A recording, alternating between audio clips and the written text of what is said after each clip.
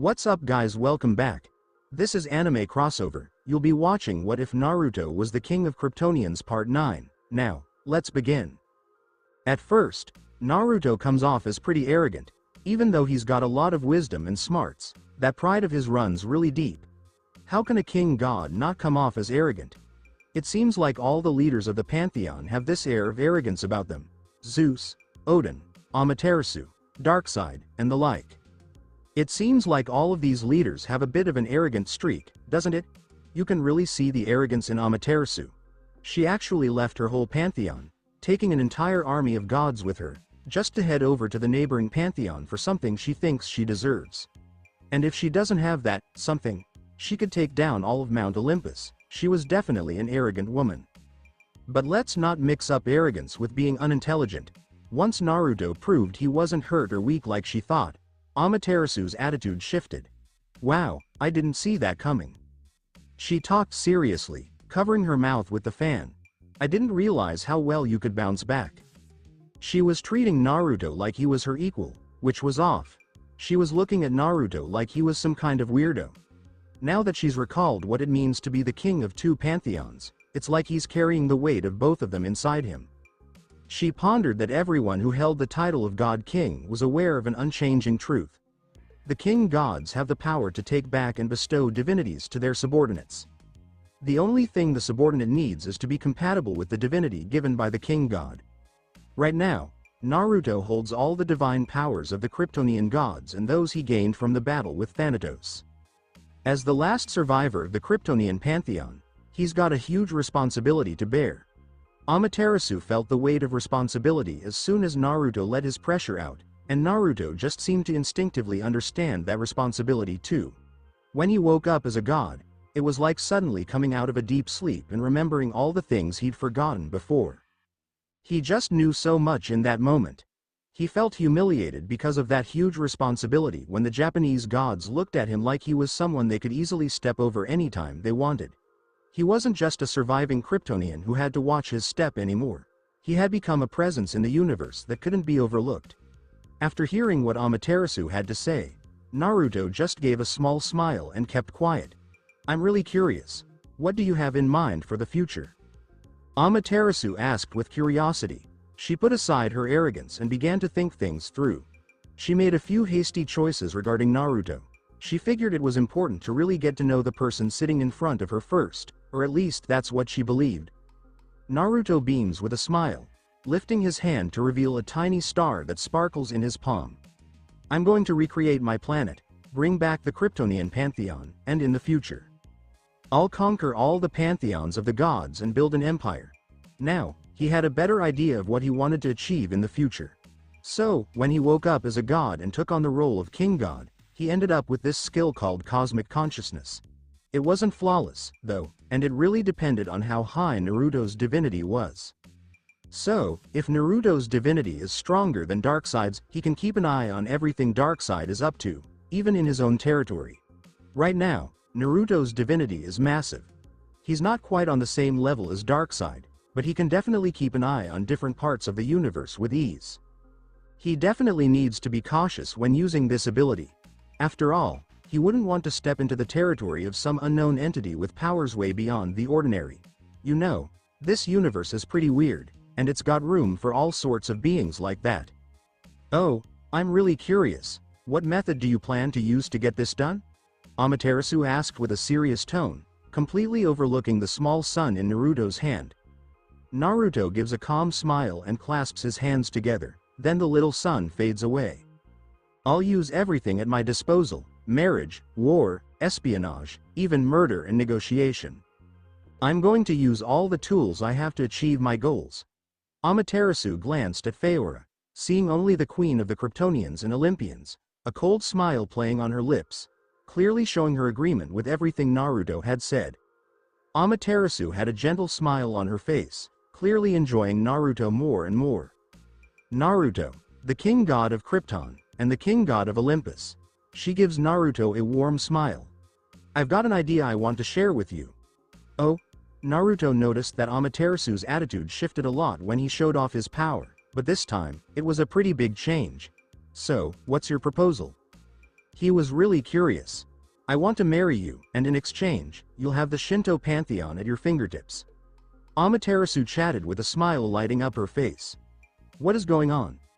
Hachiman just couldn't buy into what his queen was saying. Naruto narrows his eyes slightly. Is she really giving up her position?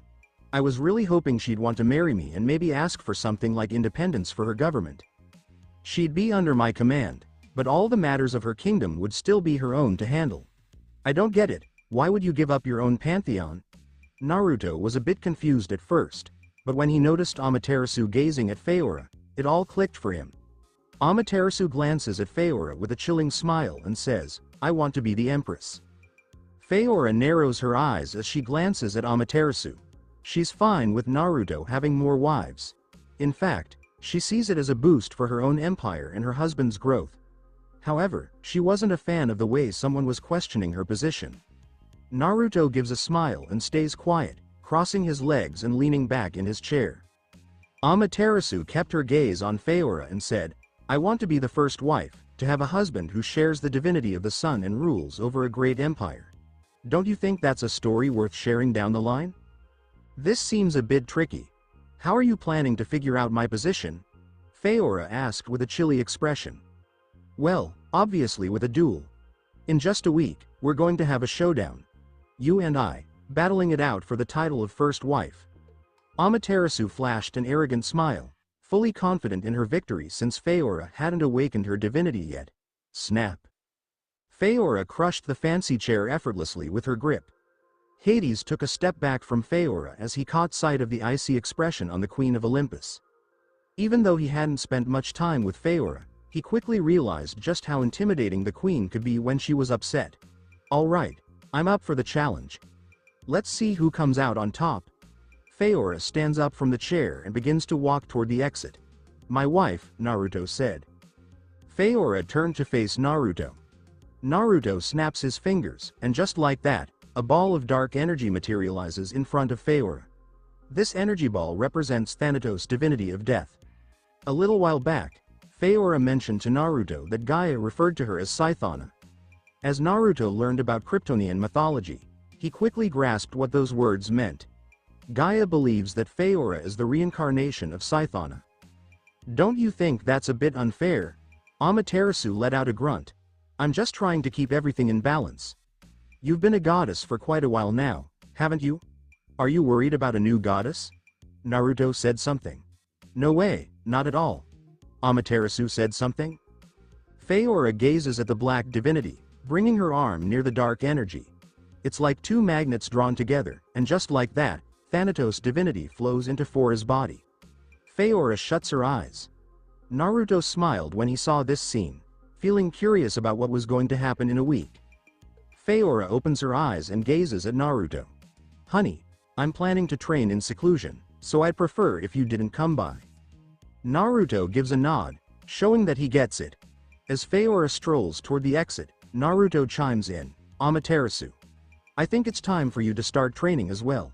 Yeah, you make a good point. I haven't moved in quite a while, so I'm feeling a bit out of practice. Amaterasu stands up and heads over to the exit too. Naruto was hanging out in the room with Hades, who looked a bit sweaty, and Nyx, who had this cold smile on her face. Nyx, do you have something to share? Naruto asked, grinning from ear to ear. Looks like Amaterasu is going to lose. Nyx talked like she was predicting what was to come. I get it.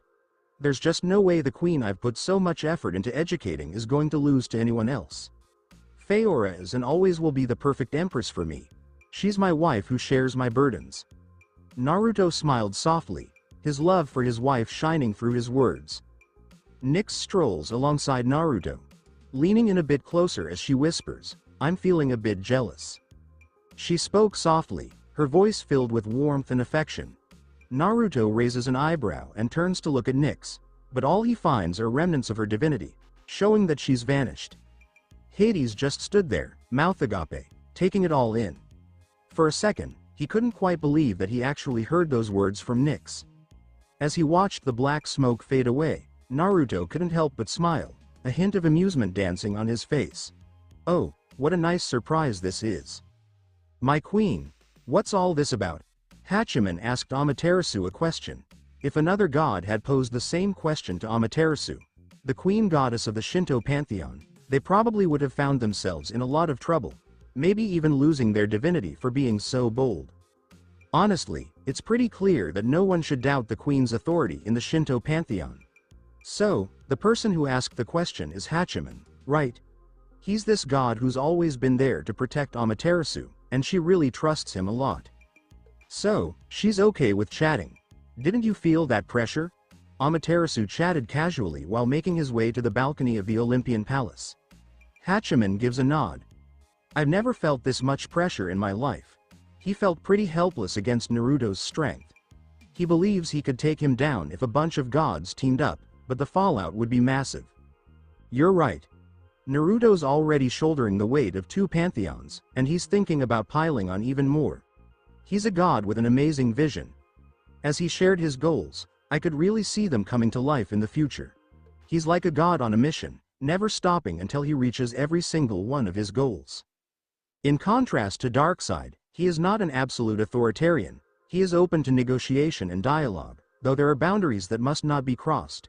In my opinion, Naruto is likely to emerge as a significant third force in the universe in the future. She was placing significant expectations on Naruto.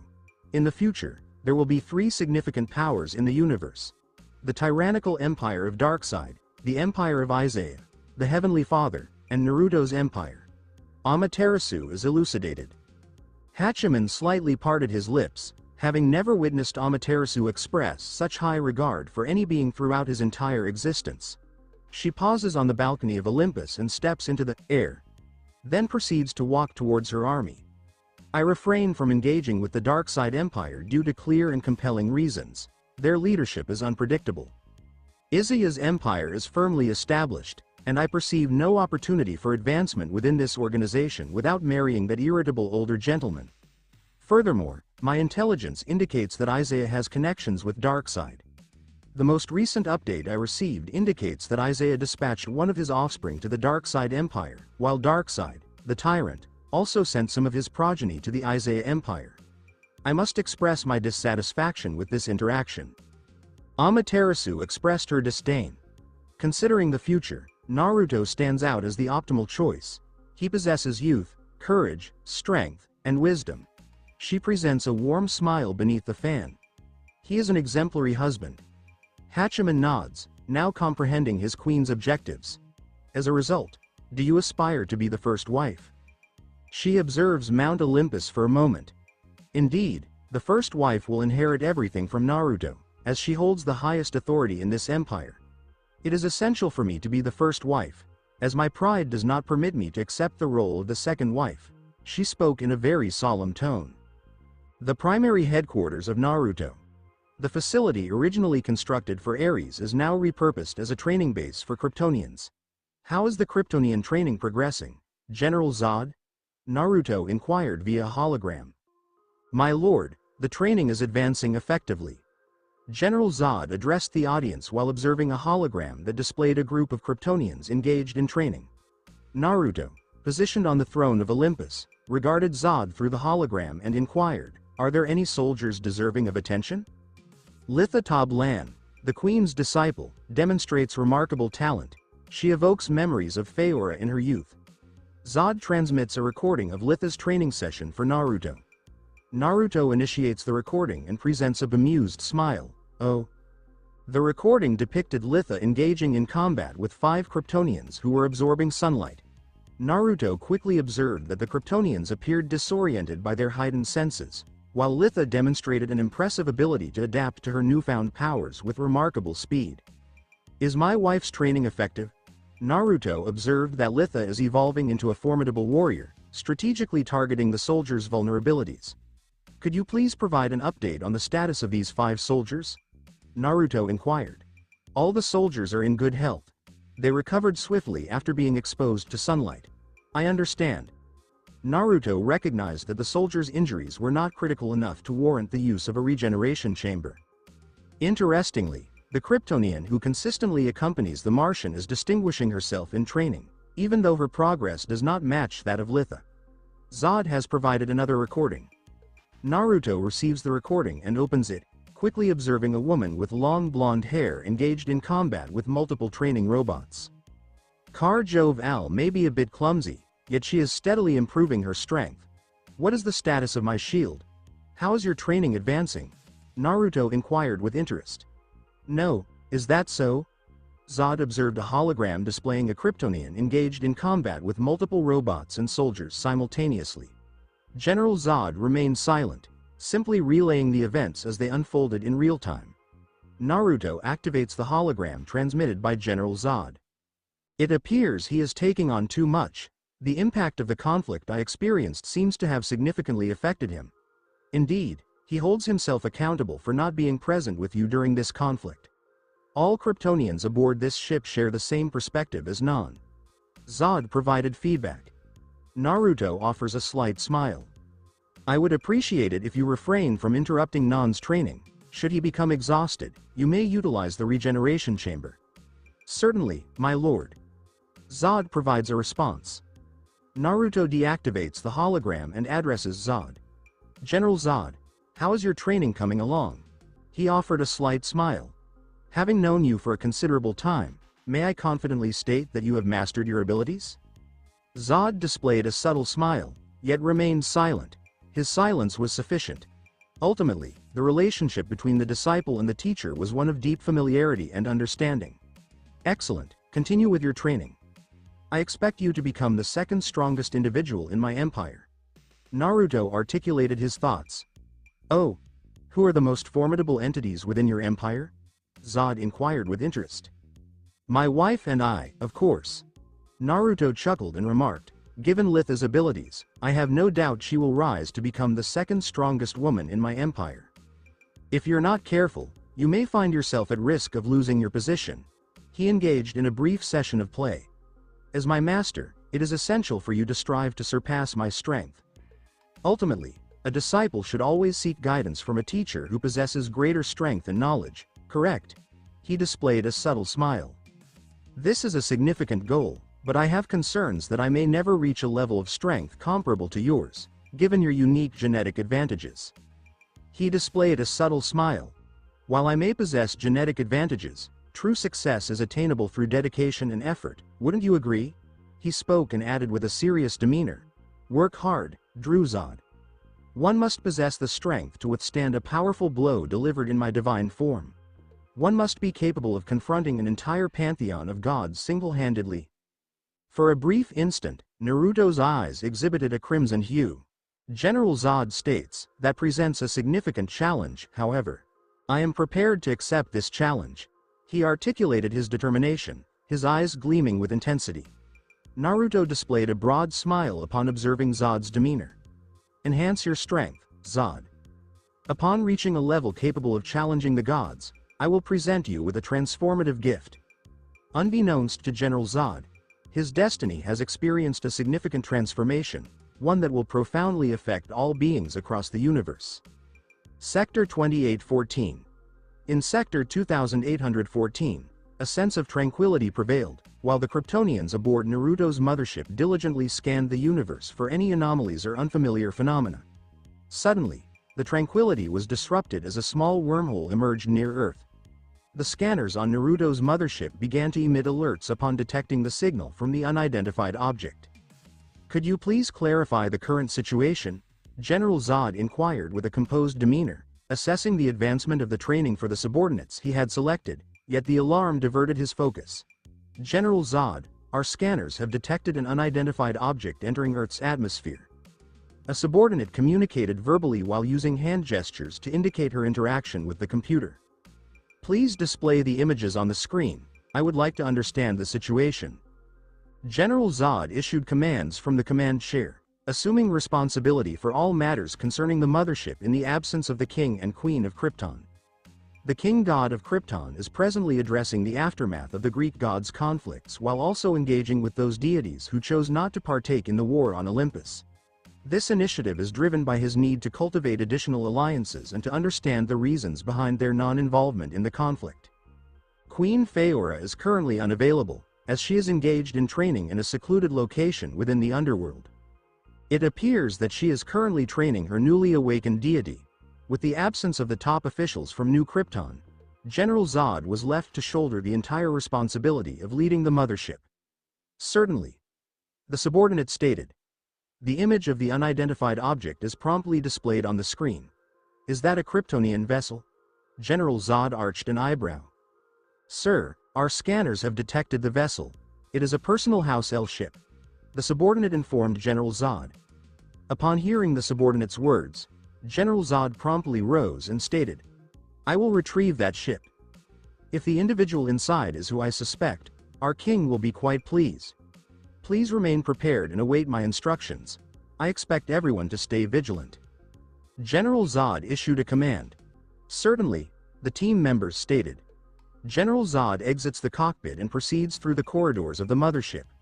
Zod, please inform our king of the events that transpired. I will inform you.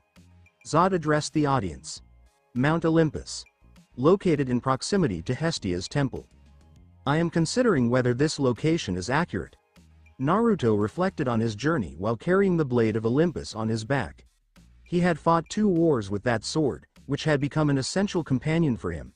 As a result, he developed the practice of consistently carrying the sword on his back. Naruto observes the magnificent Greek temple and acknowledges his goal, proceeding to walk towards it with purpose. As he approached the temple, he began to reflect on the knowledge he possessed regarding Hestia. Hestia, in Greek mythology, is recognized as the virgin goddess associated with home, fireplace, architecture, domestic life, family, and state. Hades describes her as a benevolent individual who ventures from her temple solely at the direct request of Zeus, the former king of Olympus, to attend the council of the gods. In contrast to other deities, Hestia refrained from engaging in the intrigues and schemes characteristic of the Greek pantheon. She embodied tranquility, choosing instead to remain within her temple, where she would rest peacefully. The other goddesses referred to her as an unproductive goddess, a goddess of delay, and a non-contributing goddess, among other titles. The goddesses held a disfavor towards Hestia. Naruto's perspective on Hestia is rather neutral. He has little to comment on regarding a goddess who dedicated her life to slumber. Upon entering the temple of Hestia, he observes a small fireplace with a fire that feels remarkably familiar. Beside the fireplace rests a beautiful woman with long red hair, sleeping peacefully. She donned a red Greek dress that accentuated her midriff, and her skin appeared remarkably smooth and youthful.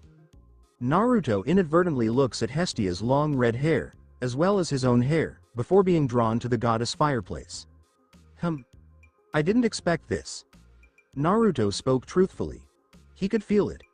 The fire in the fireplace is the same as his. It was lit directly from the sun. Hestia. Naruto responded in a neutral tone in an attempt to wake her up, but the goddess remained still. Isn't she incredibly unprotected? What if a god with hostile intentions invaded this place? Naruto spoke to himself, glanced about, and eventually realized what was going on. The fireplace protects you. He observed the fire in the fireplace.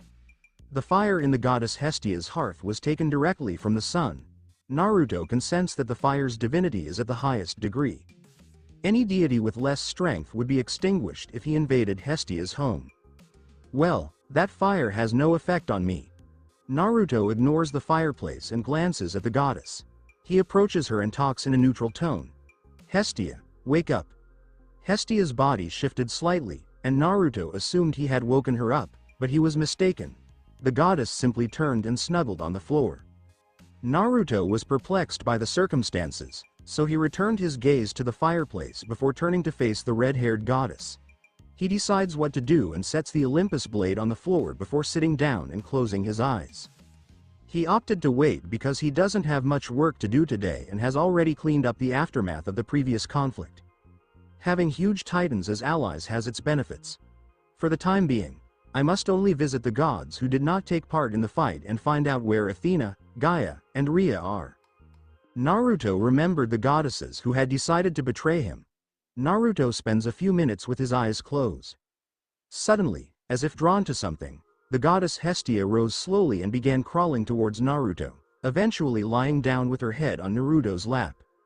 Naruto briefly opens his eyes to glance at Hestia before closing them again. The sleepy goddess smiled slightly, but Naruto did not notice it. "My lord, something has occurred that requires your attention." I can hear Zod's voice coming from the communicator in my armor. I open my eyes, lift my hands, and press a few buttons on my gauntlet before a hologram emerges in front of me. This is. Soon, I see visions of a personal Kryptonian ship entering Earth's atmosphere. Zod, explain yourself. The mothership's scanners have detected the mysterious item as a personal House L ship. I push a few more buttons on my gauntlet to turn the hologram off. I drop my hand, stare at the red-haired goddess laying in my lap, and begin stroking her head. For some reason, this gesture felt quite natural to me. I detected a little smile on Hestia's face. I give this lethargic goddess a small smile. She is clearly awake, but she has chosen to act slowly. Knowing that this is a valuable artifact that cannot fall to Earth, General Zod personally went to rescue the ship. That is a good choice. When General Zod retrieves the ship, I want him to take the item to the second mothership that has no subordinates on board. I applaud Zod's swift action because my teacher knows me and how connected I am to the L family. Yes, my lord. I stop stroking the goddess' red hair. I need to inspect that mysterious ship, so I rise up from the floor.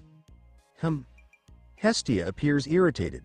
She resembles a youngster who has misplaced her favorite pillow. Hestia, are you my ally or my enemy? I inquire in a serious tone. I know she knows who I am and what happened to Mount Olympus. Despite knowing all of this, she did nothing. She simply remained asleep in her temple, as if these difficulties had nothing to do with her. For the first time since I arrived at Hestia's temple, the drowsy goddess opens her eyes and gazes at me. I look into the bright eyes of the goddess Hestia and wait for her response. I'm nobody's ally. I'm bored of Mount Olympus plots and conflicts. All I want is to be lazy in my temple and not be disturbed by anyone. I simply want to be at peace. She spoke in a sluggish voice. I can tell by her eyes that she is determined to be a goddess who sleeps and accomplishes nothing. I gaze at Olympus' blade, then take it and place it on my back. I see. I accept your wish for now. I observe Hestia's face twitching slightly, so I grin and say, Hestia, in this universe, only powerful beings can afford to be lazy, and I am quite sure that you are not one of those beings. What do you mean? She inquired, confused. I gesture to the horizon and add, right now, we have a whole pantheon of gods waiting for me to fail to start a war. They just don't do it because they don't want to risk anything. They know they can win a battle with Olympus, but they also know that any loss on their side will be irreparable. If a war happens, and I die, will you just sit here while all these gods invade your home and kill you? Hestia's face clenched and took on a contemplative expression. I give a tiny smile. What is the greatest method to get a lazy individual to behave? It's simple. Simply state that the peace they seek is under threat. I turn and begin heading toward the temple's exit. Hestia, you will eventually have to make a decision. Whether you like it or not, you were born as a goddess, a powerful being, and with power comes responsibility. Of course, you can ignore all I've said and be a lazy goddess, but someone will ultimately enter this temple, and that person will have no good intentions. I wonder what you'll do if it happens. Hestia looks at Naruto's back with a contemplative expression, then puts her head back down on the temple floor and mulls over the words Naruto had said. This is problematic. She grunted. If I have authority, do I have responsibilities? I just want to be lazy and do nothing. She begins to envisage a foreign god invading her temple with hostile intents, destroying her temple and endangering her existence. She dislikes this thought. For a brief period, Hestia's eyes flashed dangerously, and the fire beside her became more ferocious, but the glow faded, and she said with a careless expression, "This is problematic." When I get outside Hestia's temple, I lift my head and look up toward the sky, focusing my eyesight beyond Mount Olympus's sky, and I soon see General Zod recovering the ship. Nyx, Hades. Two shadows materialize behind me, showing themselves to be Nyx and Hades, both wearing bone crowns. How does it feel to be the king of the underworld again, Hades? It's a strange feeling. It's like you move into a new house, but suddenly you have to go back to your old house that is full of bad memories. Hades spoke honestly. I nod my head. Nyx, what do you think about Hestia? I'd like your honest view. She is a goddess who was born from Rhea and Kronos, Although Hestia's divinity is related to domestic life, she is one of the strongest goddesses of Olympus today. As she has not used her divinity for thousands of years, she has a lot of power at her disposal. Nyx spoke with a chilly, impersonal tone. I agree with Nyx. She has a lot of promise. All I have to do is play the correct cards to make her an active goddess again. I think. To be honest, it's tough to foresee a lazy person's thoughts. I believe she will only move if her life is threatened. And she is a very sneaky goddess. She took advantage of this opportunity to receive the affection of our king. I arched an eyebrow at what Nyx said and looked in her way, but all I saw was black smoke. She ran off again. I look at Hades, and he simply shrugs as if it has nothing to do with him. Setting aside the antics of the nocturnal creature. Hades, I have something that requires my attention. I want you to keep an eye on our guests. Contact me in case something happens. Yes, my lord. I contracted my knees slightly and took up into the sky. When I accelerate, I hear 3 sound explosions. My lord. General Zod spoke up as he noticed a man with long red hair and black armor approaching him, bowing in reverence. General Zod, what did you find? Naruto asked in a neutral tone. The person resting inside the ship was a Kryptonian. Precisely speaking, it was Kara Zor-El. Or someone like her, he said as he began to move in one direction. Naruto raises his eyebrows slightly when he hears his boyhood friend's name. What do you mean? Naruto asked as he strolled alongside Zod. General Zod remained quiet, unable to describe what was happening to his ruler. In the past, I met Kara Zor-El personally. And on the day that Krypton exploded, Kara Zor-El was just a teenager. But he didn't say anything else, simply went into a medical wing, and Naruto quickly grasped what Zod was trying to say. A woman with short blonde hair was lying on a bed, dressed in a very tight white costume that highlighted her toned physique, which included huge breasts, a defined tummy, and a very beautiful ass. How is this possible? Why does she look years older? This was Naruto's first thinking when he saw the woman, but it quickly changed when he noticed a dagger made of an unknown green material piercing the woman's stomach. Naruto's immediate reaction when he saw the dagger was an overpowering killing desire, but Naruto suppressed it. The only idea that crossed Naruto's mind was that someone had wounded his teacher's daughter, which made him angry. Naruto makes his way over to the woman on the bed, but Zod steps in his path. Naruto raised an eyebrow and casually asked, "What are you up to, General Zod?" I'm not sure what that weapon is made of, but it looks like it really takes a toll on the Kryptonians. I suggest you keep your distance. Just a heads up from General Zod. Naruto glances at the dagger once more, then shifts his gaze to the woman lying there. General Zod, you remember how I grew up, right? Absolutely, you're the perfect creation from Krypton.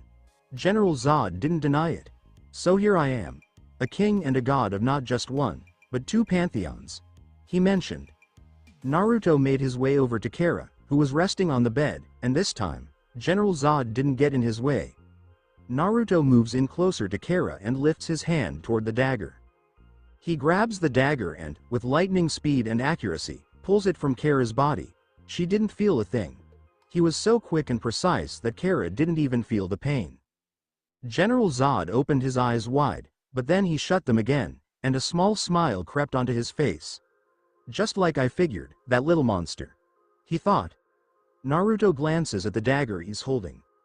Even though it doesn't really affect him much, he can sense a bit of discomfort in his body, almost like a slight headache creeping in. Naruto glanced at Kara and noticed her wound wasn't healing. He frowned, quickly understanding the dangers this material posed for his people. He strolls over to a quiet spot and sets the dagger down on a table, keeping it away from Kara and Zod. Zod, could you take a look at this dagger for me? I'm curious about what material it's made from, and I don't want any records of what happened here. Sure thing, my lord. A robotic voice echoed through the room. Naruto strolls over to Kara and reaches out his hand. A warm golden glow starts to shine from his palm, and gradually, this light flows into her wound, beginning to heal her. What are you up to, my lord? Zod was curious. I'm helping Kara Zor-El heal with my life energy. Naruto responded casually. Got it? Zod said something and then just went quiet. After a few minutes, Kara's wound is all healed up. Out of nowhere, Kara's eyes snap open, glowing red, and she jumps up in a flash. Bruce. She let out a furious scream as she lunged at Naruto, the one nearest to her. Naruto lifts his hand and grabs Kara's fist. Not too shabby. He talked in a calm way. Oh my goodness. General Zod began to approach Naruto. Just hold on a second, she's a bit disoriented right now. General Zod nods and keeps watching, ready to jump in at any moment. Bruce. I'm so mad at him right now. I'm going to make you face the consequences for all the lives you've taken. Kara let out a scream and swung her other fist at Naruto. Naruto said, a hint of sadness in his voice, you seem to have been through a lot, Kara. Naruto gently pulls Kara's fist that he was holding and wraps his arms around her neck, holding her close from behind. Please, let go of me. She let out a fierce roar. This feels familiar. Like I've been here before. Naruto thought back to the battle between Fyora and Diana. Kara began to struggle, trying to break free, but it just wasn't working. Naruto is way stronger than Kara right now. Naruto was just hanging out, waiting for Kara to chill, but as time went on, she just got more and more annoyed. Oh man! She let out a frustrated scream, and her eyes began to glow red. As she recognized that she was prepared to tap into her eye powers, Naruto said with a steady voice that carried a weight of determination. Kara Zor-El, calm down. It felt like everything that had happened was just a big lie, and Kara's breathing began to steady as she gently closed her eyes. Naruto raised an eyebrow when he noticed how quickly she calmed down. He also realized that he had tapped into some of his divinity when he told Kara to chill out. He gazes at Kara, who's peacefully sleeping in his arms, and holds her gently like a princess. I'll think about what happened later.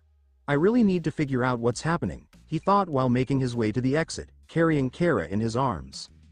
He halts his steps and turns to Zod, saying, General Zod, I need you to keep everything you saw in this room under wraps, got it? Absolutely, my lord. That's great. Just a quick heads up before I dive back into the story. I'm making a few tweaks to what went down on Earth 22, so if you spot anything that strays from DC's original storyline, just feel free to overlook it. Thanks for understanding. Bruce. What are you up to? Kara Zor-El let out a scream of horror as she stumbled upon the lifeless bodies of several heroes who were her friends. Bruce chuckled in a way that reminded everyone of a certain wacky clown. This is so much fun. He pulls something from his pockets, showing off some black kryptonite, and gives Power Girl a smile. Back when I was Bruce Wayne, I really believed that if I just prepared enough, I'd come out on top every time. I guess I was mistaken. I found myself wrapped up in a never-ending struggle, blind to the clear solutions that were right there all along. Everything feels so clear to me now, especially with victory just around the corner. To win, you've got to adapt, and to adapt, it helps to be able to laugh at all the restrictions. It feels like everything is just getting in your way. You know, a Batman who laughs is basically a Batman who's always coming out on top. You really went wild, Bruce. What happened to you? Bruce grabbed the black kryptonite, loaded it into a revolver, and aimed it at Kara. Kara Zor-El was just going about her life with her adoptive parents, unaware of the happenings in Gotham City. She was on vacation, wanting to spend time with her family and not think about anything related to being a hero. She was just going about her life, completely unaware that the Joker was on a rampage, creating chaos in Gotham. He was taking out all of Batman's villains, leaving no one untouched. It all kicked off when the Joker went on a murder spree in Gotham City, all while he was struggling with the same chemicals that transformed him into who he is. He took out all of Batman's foes, like the Penguin, Catwoman, Crocodile, and the Ventriloquist. So, while all this chaos was unfolding in Gotham with the Joker taking out Batman's buddy Jim Gordon, Kara Zor-El was just hanging out with her adoptive family, enjoying some quiet time. It's hard to blame her, right? Being a hero is tough and stressful, even for someone with godlike powers from another planet. Sometimes, they just need a break. The day she got back from her vacation, she found herself in quite a scene. Batman, usually the serious type, was sporting a big grin as he stepped over the bodies of the heroes she used to work alongside. Seeing her friends lying there and hearing Batman's unsettling laugh, she felt a surge of anger that clouded her judgment. Without thinking, she leapt at Batman, intent on taking him down. Whoa! Bang! A black kryptonite bullet zoomed toward Kara, but just before it could hit her, someone swooped in to save the day. Kal-El. She let out a terrified scream as she watched the bullet hit her cousin. Cough. Superman coughs up blood onto the floor. She began to feel like it was her fault for everything that was happening. If she had just kept herself in check, none of this would have occurred. Kal-El glanced over at Batman. What did you do with Lois and my son John? He brushes off the bullet wound and starts asking Batman questions. Batman's smile widens as he thinks about testing the effects of black kryptonite on Kara, another Kryptonian. But with Superman stepping in and taking the hit for himself, he's still pretty pleased with how things turned out. Haha, I'm curious about what I did to them. I've lost track of things after all the people I've taken down. Haha, that's hilarious. Batman chuckled as if he had just heard the best joke ever. Cough. Superman coughs up blood again and drops to his knees. Bruce. A boy in a hero costume with a big R on it showed up, looking like he couldn't quite believe his eyes. Kara sees the boy coming closer and suddenly recognizes him as Robin. Robin, you need to get out of here and let everyone know what's happening. She placed her order. Kara pulls Robin's focus away and starts to ponder her next move. As a heroine, she jumped into action right away. Her first priority was to save her cousin. As she goes to support Kal-El on his shoulders, she suddenly feels something sharp poking at her belly. She glances down and spots Robin with a green kryptonite dagger in hand. Quote. Why is that? The last thing she noticed before she passed out was Robin's smile, and it reminded her a lot of Batman's. Kara. Superman coughs up blood on the floor and goes for a punch at Robin, but the kid just sidesteps it, chuckling all the while. Haha, that's hilarious. Robin and Batman share a laugh as they watch Superman and Power Girl in their current state. Quote. Kal-El yelled out, "Oh." Batman raised an eyebrow, a bit taken aback. He was pretty sure he had taken down Flash before. Do I have amnesia? He wondered aloud. A red streak suddenly shows up and saves Kara, racing toward a small Kryptonian ship that was sitting on the Mount of Justice. Take care, Kara. Flash began to talk and type really fast.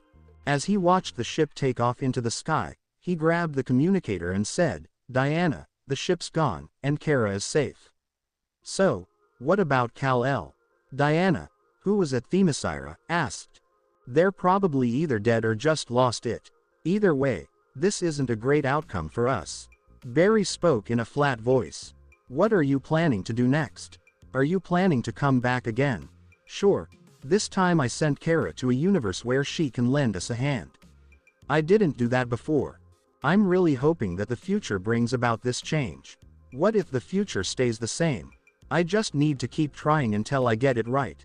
Barry looked back and saw Batman coming toward him, dragging Superman along with a chain around his neck. Next to him were a bunch of Robins, all sporting grins that reminded him of the Joker.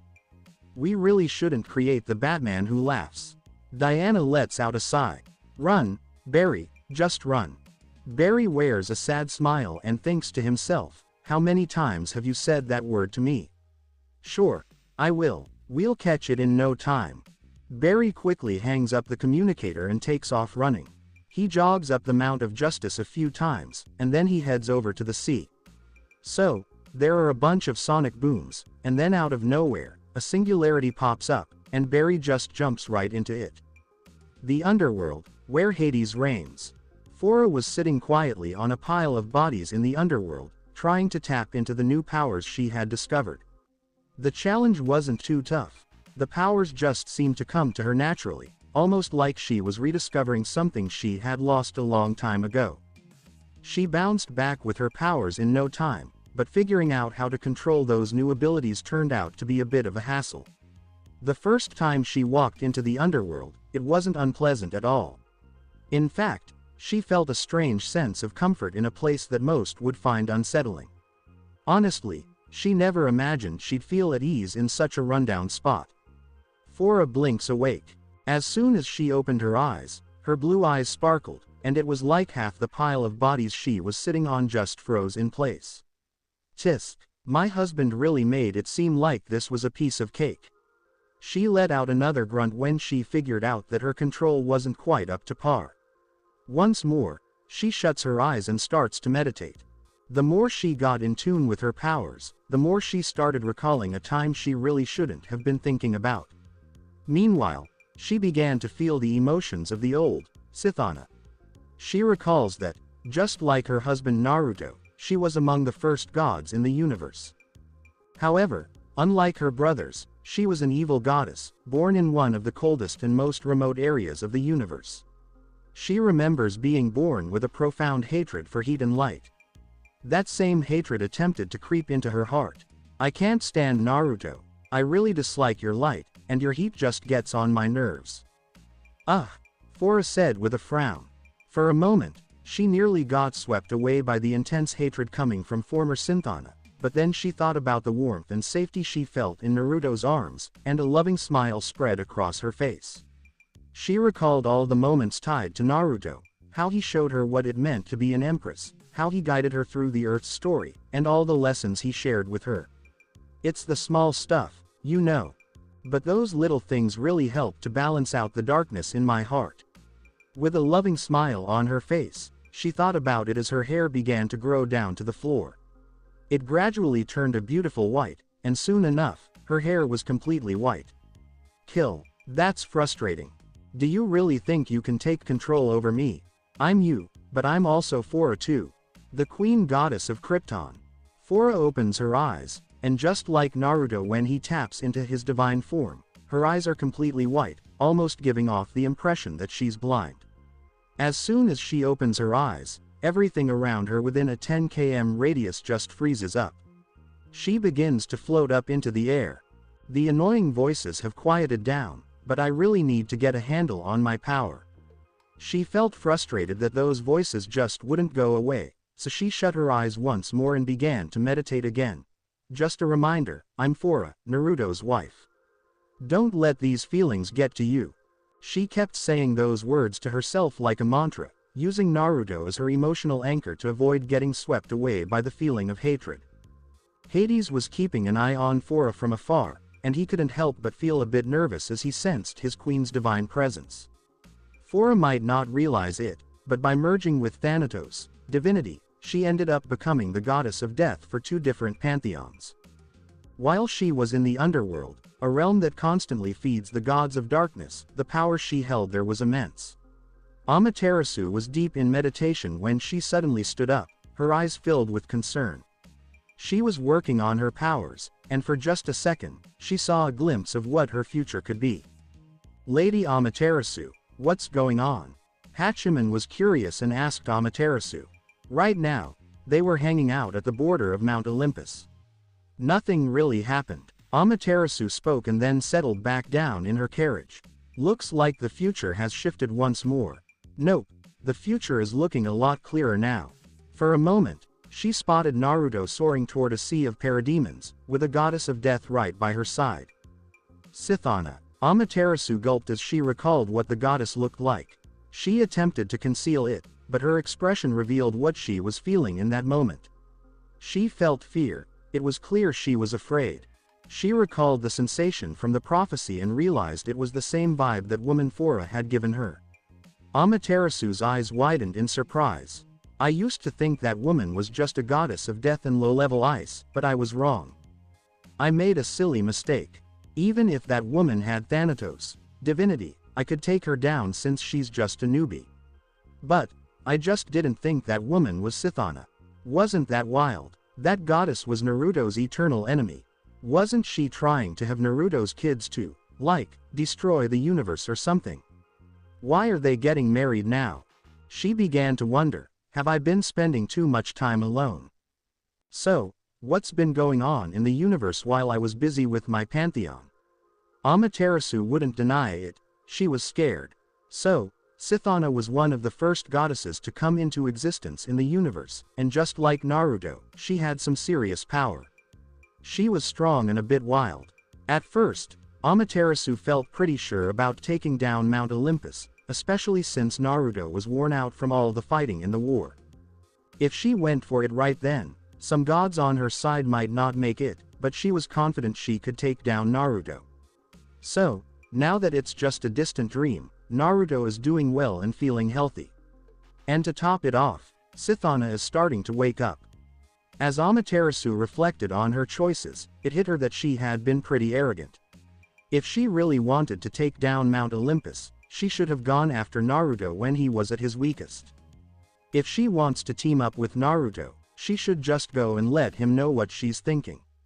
But she just didn't go through with it. She was behaving like a kid who has all the toys in the world.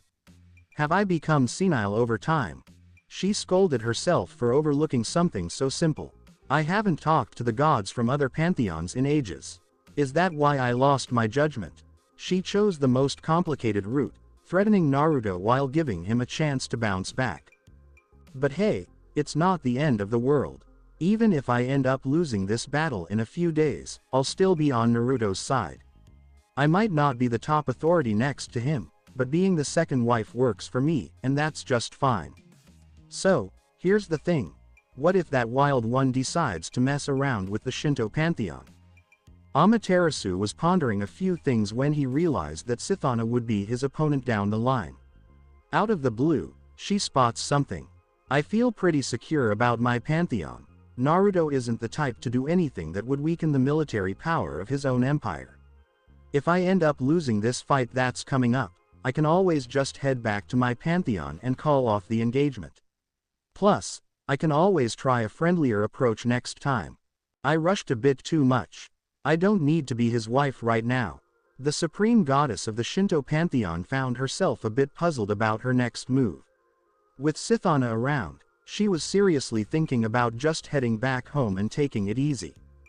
As the goddess Amaterasu pondered her future plans, her subordinates were feeling a bit restless and bored. Some of the team members were even thinking about accepting invitations from the nymphs and goddesses of Mount Olympus. What was the reason for the invitation? It was all about sex, parties, orgies, and that kind of stuff. The gods in the Shinto pantheon weren't having it because Amaterasu said so.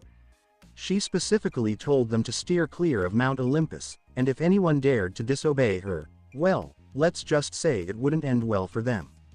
In contrast to Mount Olympus, where there was a more democratic vibe and the lesser gods enjoyed a good amount of freedom, the Shinto pantheon operated more like a monarchy. Amaterasu called the shots, and anyone who goes against the queen can only brace for the worst. So, they decided not to accept the invitation from the goddesses and nymphs of Mount Olympus. I can't help but sigh. I really regret not accepting that goddess's invitation. She was really attractive, even if her beauty doesn't quite match Sakuya Haime's, but she was still pretty hot. A god with short hair spoke in a pretty laid-back way. Fool, are you really hating on Sakuya Haime, the goddess of Mount Fuji? She's an absolute goddess compared to those Olympian ladies. A god with long black hair spoke, clearly annoyed. What? The god with the short hair glanced over at his friend. Those folks on Mount Olympus really don't deserve our attention. If they weren't goddesses, I bet they'd be dealing with a bunch of diseases in their bodies. That beauty goddess. Ugh, she's just awful. The man spoke with disdain as he spat on the floor. The god with short hair glanced at his friend, a hint of disbelief in his eyes. Why are you being so aggressive? Are you on your period right now? I was just making a comment. He just shook his head, like there was no chance at all. I get that you're going through something right now, but you really don't need to behave like that. It's just a bit embarrassing, you know. Veins began to bulge on the head of the long-haired god. Well, at least I'm not wearing a green hat. How did you feel when you discovered those horns from your ex-wife? What the heck? The god with the short hair shouted in anger, pulling out the katana from his waist and getting ready to strike. Are you looking to throw down? The god with long hair also pulled out his katana. What's going on? A powerful voice rang out, freezing the two gods in their tracks. The two gods turned to see who was speaking and spotted a muscular man, which made them both really scared. Susano-sama, no problem at all. The two gods spoke and then quickly took off. I haven't really said anything yet. Susano whispered to himself. planning to teach the two lesser gods a lesson, but they just took off. As Susano strolls into the forests, he suddenly catches a whiff of a delightful scent wafting through the air. Susano no Makoto, I never imagined there could be a god in the East who was as beautiful, strong, and brave as you. Out of nowhere, he caught the sound of a beautiful voice. He quickly turns to the voice and spots Aphrodite, who is wearing a pretty minimal outfit. Susano gulped when he spotted the goddess of beauty, but gathering his willpower, he managed to ask in a calm tone, "What are you doing here, Aphrodite? Just so you know, I'm not going to fall for your tricks." He goes on to say, "It's because you're wearing such little clothes. Make sure to wear clothes that cover your skin a bit more. That's exactly why I didn't want to come here. You Olympians really have no idea what shame is." Aphrodite gave him a puzzled look. Susano thought this face was really beautiful, but he quickly shook his head a few times. He kept reminding himself in his mind not to get caught up in Aphrodite's charms. "Oh, sneaky goddess, you think I'll fall for your charms? Not a chance." But what he didn't get was that Aphrodite wasn't doing anything at all. "What do you mean? Check it out. This is where I shower." She gestures to a spot. Susano gazes at the waterfall, making a goofy face, then turns to Aphrodite, his eyes filled with frustration. "Are you really bathing right on the edge of Mount Olympus? It feels like you're not taking me seriously. Share your plans with me." "Oh, come on, for a god who loves to throw down, you sure are a bit of a fool." She chuckled at him. "What? Check this out." Aphrodite gestured towards a spot. Susano glances at the spot she pointed to and notices a sign that says, "Exclusive spot dedicated to the goddess Aphrodite." "Got it. You crossed into my space." He was at a loss for words. "I'm really sorry." So, he went ahead and decided to say sorry. Aphrodite flashed a playful smile when she saw him bow. During her chats with Susano, she quickly picked up on something interesting. The Shinto pantheon has some pretty strict social rules. No need to stress. How about we chat for a little while as a way to make things right? I've always been really curious about where you're from. Susano looked a bit troubled. "No worries. I promise I'm not looking for any inside scoop or anything like that. I'm just feeling a bit bored over here." Aphrodite said something. "I'm happy to chat, but could you throw on some clothes first?" Susano started talking. Aphrodite chuckled softly, but she nodded in agreement with the man's request. "Zod, is this info for real?" Naruto looked at him with a bit of a frown, clearly questioning him. "Absolutely. So, the scanners say this dagger is made from rocks that came from the planet Krypton." Right now, Naruto is just chilling in a black chair. He was hanging out in the medical wing of his second mothership. There was a ton of work on his plate, but he decided to pass some of it off to Hades and General Zod.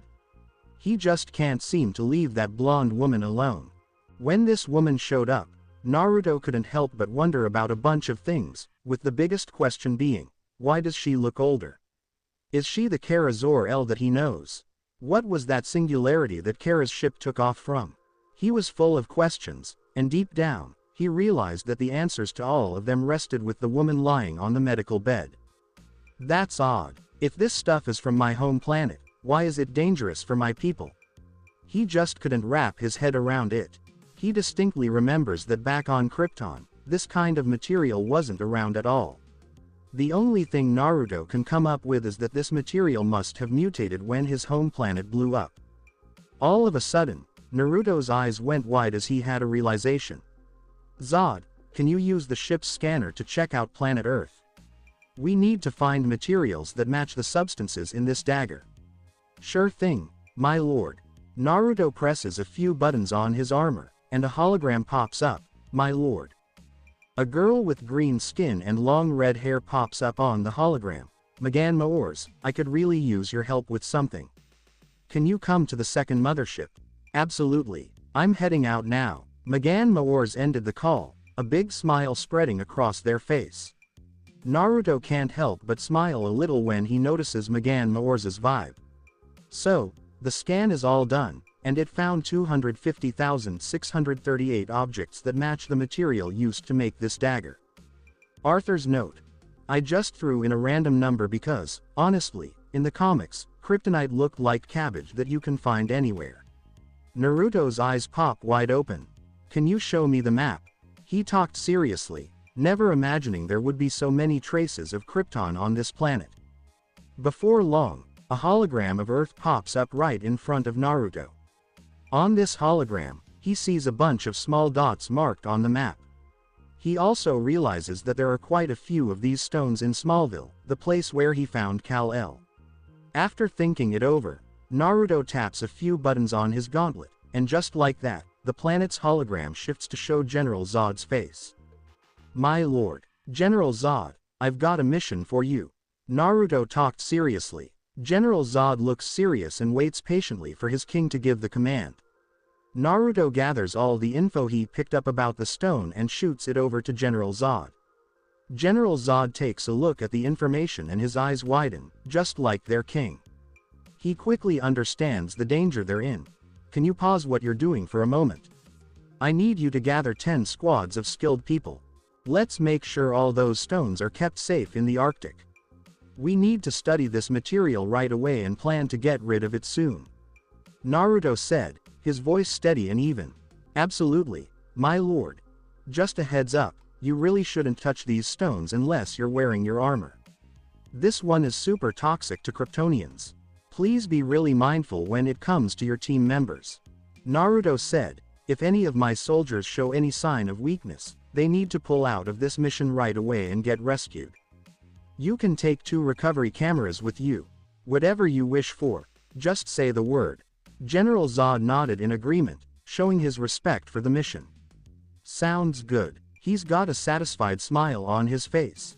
How long do you think it'll take to wrap up the mission? He asked, considering all the security measures and the number of items we need to gather. General Zod takes a moment to pause and close his eyes. When he opens them, he says, I can wrap everything up in 3 days. Naruto gave a little smile. Just like I thought you would. He praised his subordinate, then added with a serious look, I need updates every 3 hours. This mission is really important, and you can't let it slip. Sure thing, my lord. Naruto switches off the communicator and glances over at the blonde-haired woman who's acting like she's asleep. You can stop pretending to be asleep now. Zor-El opens her eyes and sits up on the bed, her expression clearly asking, how did you know? Incredible hearing abilities. He gestures towards his ear. As soon as you woke up, I noticed your heart rate changed. And when I mentioned the name, Zod, I could see your heart racing and your breathing getting a bit frantic. I could share a bunch of reasons I realized you were awake, but honestly, that's not what matters right now. He gave a little smile. He gazed intently into Zor-El's striking blue eyes.